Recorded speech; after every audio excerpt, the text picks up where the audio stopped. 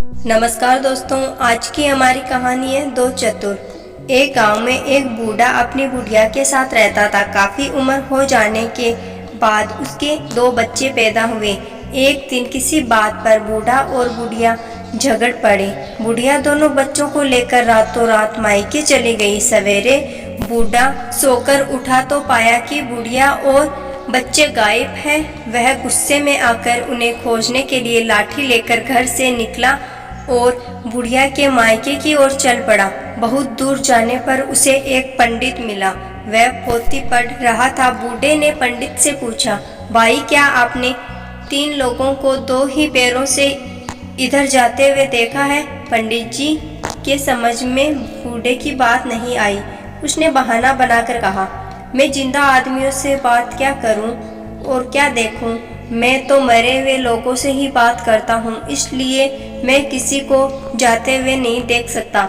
एक दूसरे की पहली नुमा बातों से दोनों चकित हो गए थे।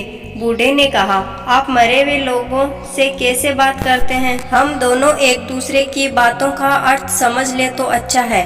पंडित जी ने कहा, जिस समय आपने मुझसे पूछा उस समय मैं पोथी पढ़ रहा था। पोथी में मरे हुए लोगों की कहानी लिखी हुई थी। पंडित जी की बात बूढ़े की समझ में आ गई। तब पंडित ने पूछा, बूढ़े बाबा, आपकी बात मेरे समझ में नहीं आई। 3 लोग 2 पैरों से कैसे चल सकेंगे? ये कैसे संभव है? बूढ़े ने बताया, मेरी स्त्री अपने एक बच्चे को गोद में और दूसरे को पीठ में बांधकर चली गई है। पंडित ने बूढ़े की बुद्धि पर विस्मित होते हुए सोचा कि इसने ठीक ही तो कहा है। दोनों का विस्मय मिट गया। पंडित को प्रणाम करके बूढ़ा आगे बढ़ गया। अपनी पत्नी और बच्चों को अपने घर लौटा हुआ देखकर वह आनंद पूर्वक रहने लगा। तो दोस्तों, आज की मेरी ये कहानी आपको कैसी लगी? अगर कहानी अच्छी लगी है तो मेरे चैनल को सब्सक्राइब जरूर कीजिएगा। धन्यवाद।